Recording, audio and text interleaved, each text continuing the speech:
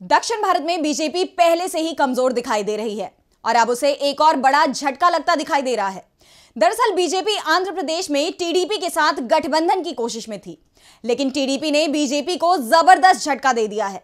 तो कैसे चंद्रबाबू नायडू ने दिया बीजेपी को झटका, देखिए ये रिपोर्ट। बीजेपी के लिए दक्षिण भारत के दरवाजे खुलते नहीं दिख रहे हैं। दक्षिण भारत में कर्नाटक को छोड़कर बीजेपी कहीं भी मजबूत स्थिति में नहीं दिखाई दे रही और कर्नाटक में भी पिछले ही साल हुए विधानसभा चुनाव में उसे बड़ी हार मिल चुकी है। पार्टी को उम्मीद थी कि आंध्र प्रदेश में उसके पुराने गठबंधन सहयोगी टीडीपी के साथ उनका समझौता हो जाएगा, लेकिन टीडीपी प्रमुख एन चंद्रबाबू नायडू ने बीजेपी को जबरदस्त झटका दिया है। नायडू ने बीजेपी से गठबंधन करने से इनकार कर दिया है और इसके साथ ही उन्होंने आंध्र प्रदेश में पार्टी उम्मीदवारों की पहली सूची भी जारी कर दी है।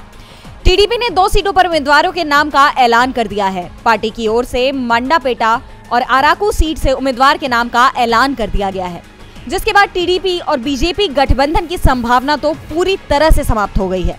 साथ ही टीडीपी और जनसेना का गठबंधन भी मुश्किल दिखाई दे रहा है। टीडीपी के सहयोगी जनसेना के प्रमुख पवन कल्याण ने ऐलान किया है कि उनकी पार्टी रजौल और रामनगरम सीट पर चुनाव लड़ेगी। पवन कल्याण ने टीडीपी के एक तरफा उम्मीदवार की घोषणा को गठबंधन धर्म के खिलाफ बताया है। दूसरी ओर जिस तरह से जनसेना और टीडीपी की ओर से उम्मीदवारों के नाम का ऐलान किया गया है, उसके बाद ये तय हो गया है कि बीजेपी का अब इन दोनों ही दलों के साथ गठबंधन संभव नहीं है। डीबी लाइव की रिपोर्ट।